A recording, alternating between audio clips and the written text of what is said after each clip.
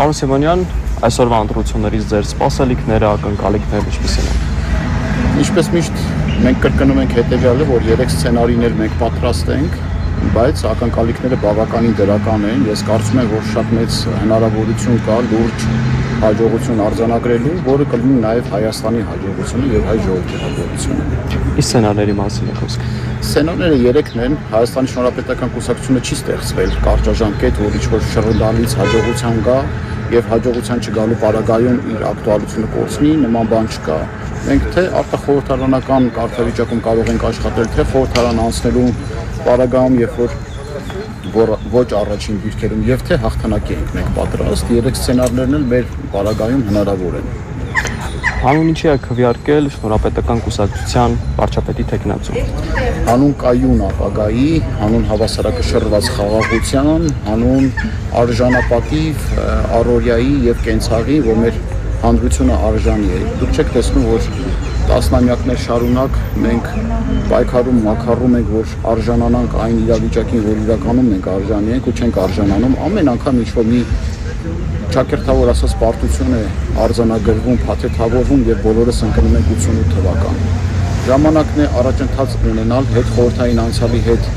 հաշտվել եւ դառնալ զարգացող երկիր, դառնալ իրականում ինքնիշխանությունը օրեցօր ամրապնդող եւ ուժեղ Հայաստան։ Պարոն Սիմոնյան, իսկ ինչպես է գնահատում ձեր խորհրդարան անցնելու շանսերը ու արդյոք համագործակցություն այլ քաղաքական ուժերի հետ նախատեսում եք թե ոչ։ Շատ մեծ են իրականում շանսերը 50%-ից ավելի։ Ես իմ գնահատմամբ 70%, եթե ոչ էլ ավելի, եւ համագործակցության առումով մենք արդեն հայտարարել ենք, որ նախկին 3 նախագահների եւ ներկայիս վարչապետի քաղաքական ուժերի եւ նրանց սպասարկող արբանյակ քաղաքական գործիչների եւ ուժերի հետ համագործակցությունը կոալիցիայի առումով բացառվում է, բայց ենթադրենք, եթե կբերվի օրինագիծ, որը մեր ծրագրին համահունչ է, ապա ինչու ոչ կարելի է քվեարկել այդ օրինագծին կողմ, բայց կոալիցիա կազմելը բացառվում է։ Խորհրդարանում եթե բախտներս կբերի իշարս Հայաստանի Հանրապետական կուսակցության կհայտնվի նաև եւս մեկ այլ մաքուր ուժ, նոր ուժ, ապա չենք բացառում։ Իսկ ո՞րն է այդ մաքուր ուժը, նոր ուժը ձեզ։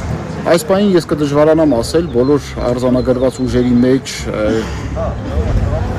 կան արդյոք մաքուր ուժեր, թե ոչ։ Նրանք պետք է ապացուցեն նախ մաքուր ուժեր, թե ոչ։ Բայց ակնհայտ է, որ այն ուժերը, որոնք նոր են ձևավորված, բայց նախկինների հարացույցի կամ արտաքին երկրների հարացույցի շարունակողներ, նրանց հետ էլ համագործակցությունը փակ է, մեկընդմիշտ։ Պարոն Սիմոնյան, արդեն կան քաղաքական որոշ ուժեր, որոնք խոսում են հետ